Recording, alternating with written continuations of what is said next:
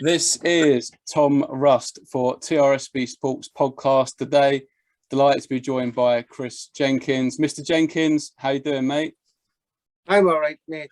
Just kind of fat, really. Yeah, you were just showing me your belly before the interview. You're moving up to heavyweight.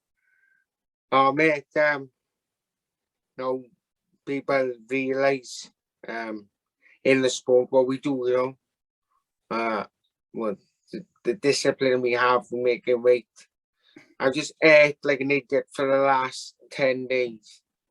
And it's getting to a point now where I just feel like a lazy sod. So it's time to get back on the road now this evening. Yeah, it can't help though when obviously you make so many sacrifices, you go into a fight and it doesn't go the way you want it to. I suppose a little bit of that's pretty comfy eating. Oh mate, it was for about 3 or 4 days, takeaways. And then the best one was the other day on Sunday.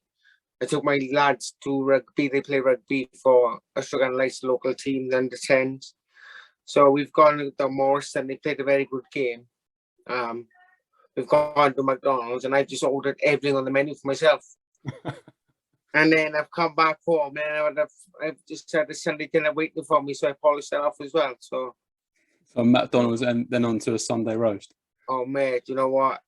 Got no comment on it. Just a bit of boredom and a bit of out of your normality we're used to, out of camp. I've been speaking to you though over the last week. You've been quite busy by the sounds of it, and a lot of people I imagine see you boxing on telly, probably think that's all you do. But by the sounds of it, you do a lot of work outside of boxing as well. Yeah, obviously, my manager does things look after me like sponsors now. Norton Security, they sponsor every month, but with bills you have to pay for house and everyday needs, you have to work. So I'm not lucky like some fighters got a full-time sponsor, so I have to work. I've worked Monday, Tuesday this week. I got a couple of days off and I got a few more jobs to do now. What do you do? I'm doing painting and decorating at the moment, believe it or not. No one likes painting. For some reason I like it. So, I usually do commercial cleans as well. So if I just do anything, I'm self-employed, so it's going to make some money comes in. Well, listen, mate, when you're next in Kent, mate, you're welcome round to paint my house anytime. Kent. Oh, that's going to be an expensive one for you, that is. Also, mate, when you did mention it, but when you've been in camp and you are living that life, you're making so many sacrifices and you're so focused on Florian Marku, obviously this time around, how hard is it to then just come away and just go back to normal life? Because, you as a fighter must go through so many emotions. Yeah, obviously you readjust. It would have been a lot more easier if I'd have had to win. Don't get me wrong, I weren't feeling sorry for myself as such. It was just a bitter pill to swallow, especially when you watched the fight 15 times the following day and you realised what you've done wrong, and you feel like you've not only let the team down, but you've let yourself down as well. And you're trying to get on your head. And like I spoke to my coach, Guy Rocket, and he goes, look, it's boxing. Boxing can be the best sport in the world, but it's the shit sport in the world at the exact same time. So, it's happened now. There's nothing I can do about it, but rest up now with my perfect eardrum, and get back in the gym in the next fortnight to 3 weeks. Well, listen, mate, everyone that I've spoken to about the fight, I've got nothing but positive things to say about you. And I suppose as well with the sport of boxing, you've got your close team around you and your family, but unlike a game of football or rugby, you can't pass the blame on or maybe sort of make excuses. I suppose it's just you and your opponent. When you look back on the fight now, how do you reflect on it? You've had a little while to obviously, like you say, you've watched it a few times. I suppose you've thought about it quite a lot. Yeah, well, the game plan was what we were doing in the first 3.5 rounds was to don't engage with them. Show my boxing ability, and I was showing all the way through the first 3 rounds. And in the 4th round, I just thought, I'm not taking nothing. my hands are always up, and I'm adjusting my feet where all I can explain to her was, you say you throw a combo, a little inch back, and then you'd out with the power punch, you can call it. So I was always out the range all the time, and I was counting him, and then for some reason I just got greedy, held my feet, not just the first occasion, but the second, and I got caught. Hindsight's a beautiful thing, because at the time I should have really taken a knee, but being the proud person that I am, I would never go down to anyone if they knocked me clean out, where that worked against me. Like, I should just take a knee, clear my head, and then, who knows, get back into round 4, 5, where I get to 5, 6, 7, get back to what I was doing in the first 3.5 rounds. A lot of people spoke about you potentially taking a knee. In that situation, how clearly could you think, after taking a big shot? I just thought, whoop, I've been busy a bit. I went out the way, I was best. So went a bit square, went dipping down, get right underneath, and he was hitting me in the back of the head. And then I've gone up quick, and at the time that I knew that I had something wrong with my ear from round 1, possibly early round 2. He caught me in the ear, and I bust my eardrum. So I'd gone up so quick, and I was like, oh, my balance is all over the shop. Yeah. With getting punched, obviously, but also when you do damage your ear, your balance messes up. So I've gone back, like, whoa, my ear. And, the ref stepped in. People are saying it's a bit early, but at the end of the day, it's a bit of my fault that I should have taken a knee, but he's just too proud. Do you feel like you're a little bit complacent then in the fight? Yeah, I think too comfortable at times. Yeah. I just got too greedy. I was catching him, just giving him a boxing lesson, showing how to work. And I've shown any next opponents of his now the blueprint to beat them, just outbox him. Yeah, it was one of those, you're watching it, but you're the only one in the ring, and as you touched upon, if you had a crystal ball, you'd be laughing, mate. You're happy with the stoppage? Mate, with boxing, obviously I'm not happy. I broke my shield, you know what I mean? I'd be knocked clean out, but then with my children in a few years, I want to see their dad get knocked out on replays. My wife was sat there and said, what would have she felt, So, the referee's doing his job. They're there to protect the fighters, and there's life after boxing. And I haven't retired. I'm still going to continue fighting. Well, you've answered the next question. We'll come back to that. But I know you are a proud man, and you got off to a great start to the year. You had the fight in Wales in front of your own fans. And of course, this one in Newcastle. And you've been in the game, a long time. How tough was this defeat to take?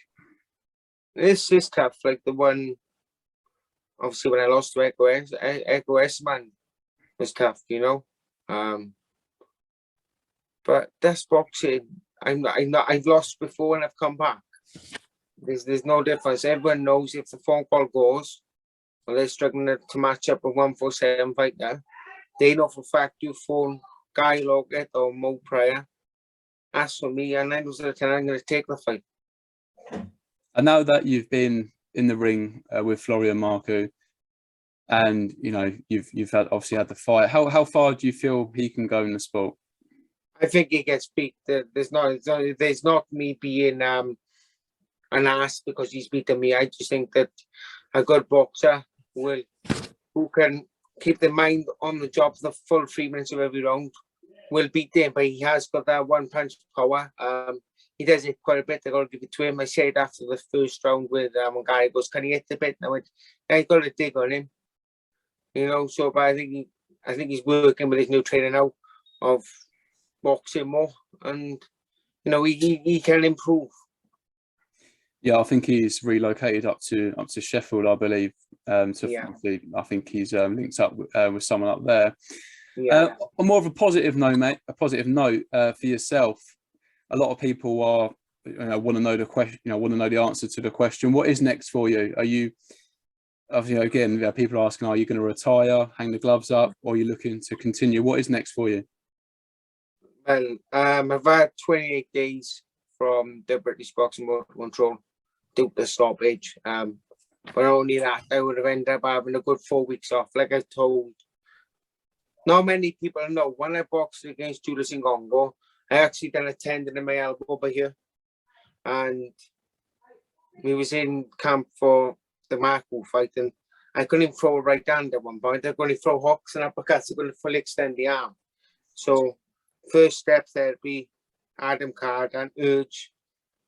One's a sports therapist, one's a massage therapist, and another's an acupuncturist. You know, they worked. Let me tell you, I spent a lot of money getting this sorted to get me to the fight. So, but on the what's next for me, it's another 2 weeks break, back in running. I was hoping to fight in the show in Swansea on July the 11th, but because I've booked a holiday, I'm going on holidays. Where are you going? Torrevieja in Spain.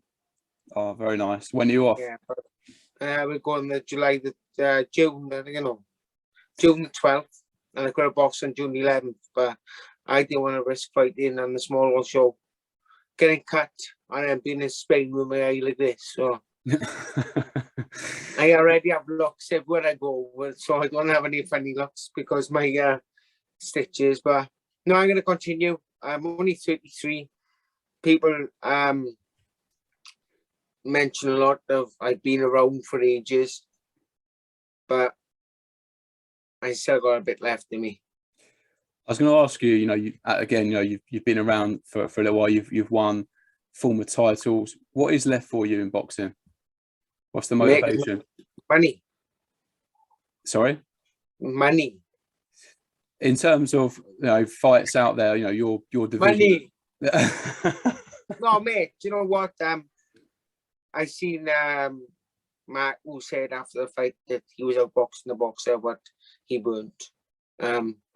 I've seen that him and Chris Congo have had a bit of back and forth, him calling him out.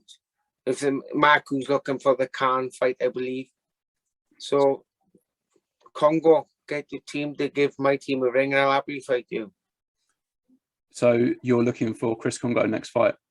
If he wants it, or any 147. I don't want to be fighting any journeymen between you and I want to be fighting the boys who are up there or getting up there. You know what I mean? I don't be fighting any up and comers. It doesn't do nothing for me.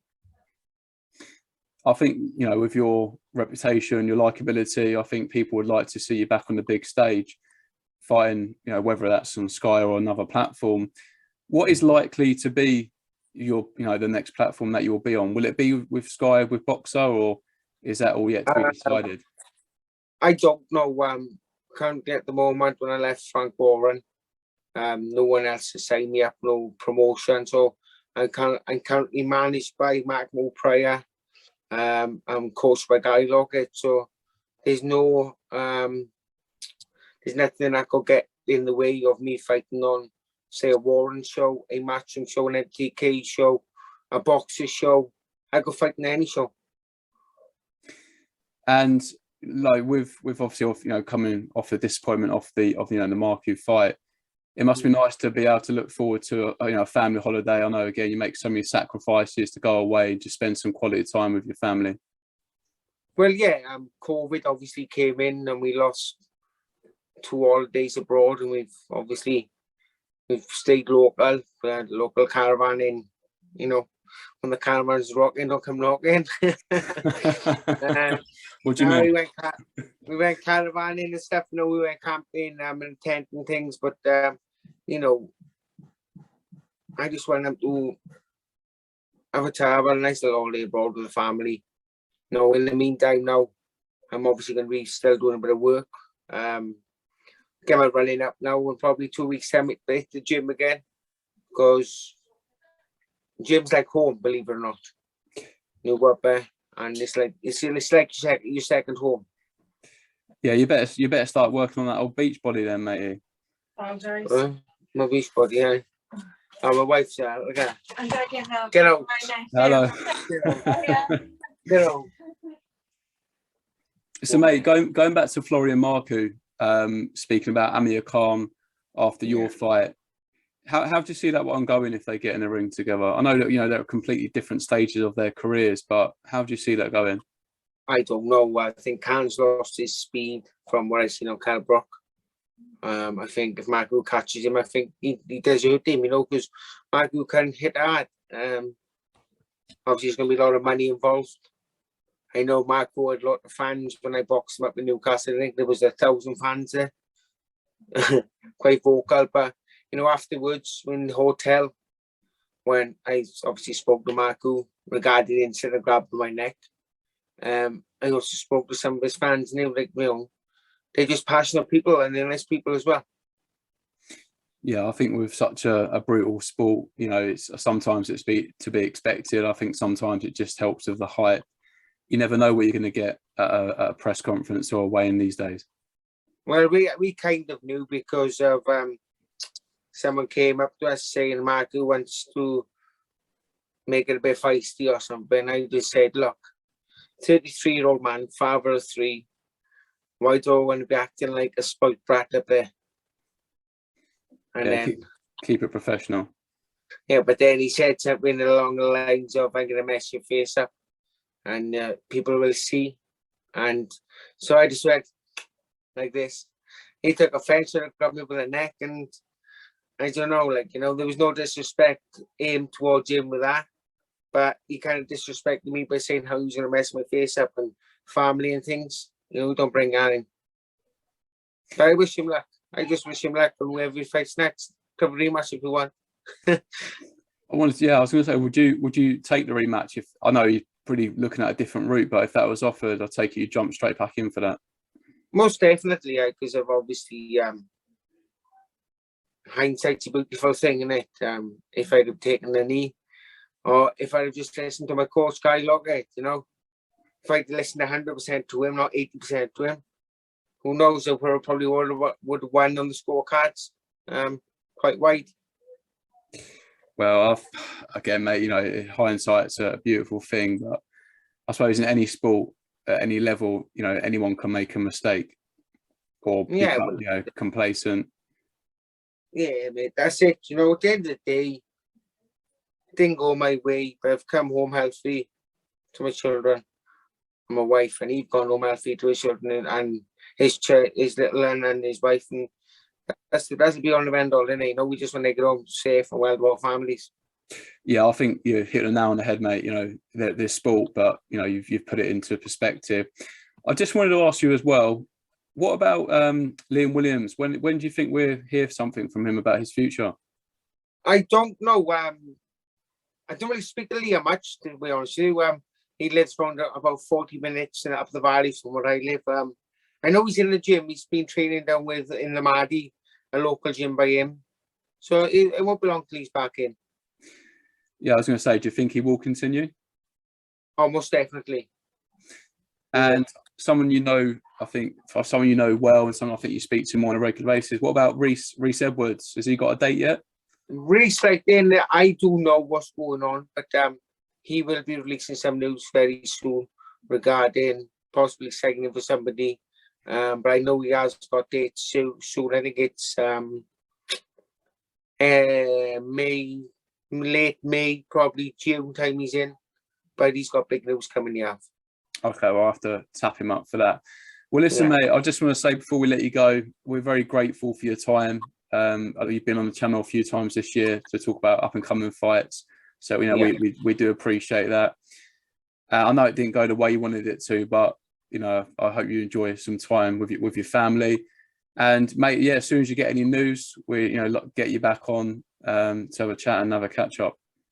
Yeah, mate. Like I said, it's nice to still be wanted, and obviously I spoke to you early on the week and interviews, and you've been great to myself, and I'm trying to be loyal to you. So you're the first person I spoke to since obviously losing, but I got a couple more fights in me yet, and I just want to say a massive thank you to all my sponsors who've come on board as well, and my team, and just basically for all the fans. And this is boxing. You're going to win some and lose some. Yeah, mate. I think there's a lot of people. Everyone's got an opinion, but 90% of those opinions are like assholes, and everyone's got one. How are you going to say? Listen, mate. Is anything else you'd like to add? No, I just thank you for you and just on the team and that, but they won't be long now. Nice break. I'll take over in the gym and hopefully get some big fights before the year's out. Yeah. This man's not getting any younger, but trust me now, I don't feel old. Yeah, no plans to retire. Far from that. There's not even, it's not even in the back of my mind, nothing about retirement. I know for a fact that it just showed in our fight. Well, sorry to carry on, but it just showed in our fight that when I boxed you in Gongo, it was a great performance. Myself and Gary spoke obviously after this fight, and we both agreed that it would really a good performance. And then it showed then an active, busy fighter is a happy fighter, and it showed going in that fight against Marku that there's a totally different fighter there than what it was against Julius Ngongo. So plan is to try and get as busy as I can before the year's out. You know, a couple of 6-8 rounders and possibly 1 or 2 10s. Yeah, so the better opponent is going to get, you know, bring the best out of you. That's it, yeah. So no, I don't fight no one. No disrespect to Journeyman. They're the lifeline of boxing, some of these shows. But you know, good boys. Sorry boys, some good lads who are close to the top or getting up the top, you know. Yeah, mate, of course. But I think, you know, you've been around the block, you deserve the bigger platforms, and going on your last performance, mate, I think personally there's a lot more in the tank, but we look forward to seeing what your next move will be. 1,000,000%, my man, 1,000,000%. So now I'm gonna have a cake and a cup of coffee now, I think. All right then, mate. Well, you have a good evening, and we will catch up with you soon, mate. Yep, I let you know. Thanks again, right? All the best anytime. Take care now. Take care, mate. Ta-ra.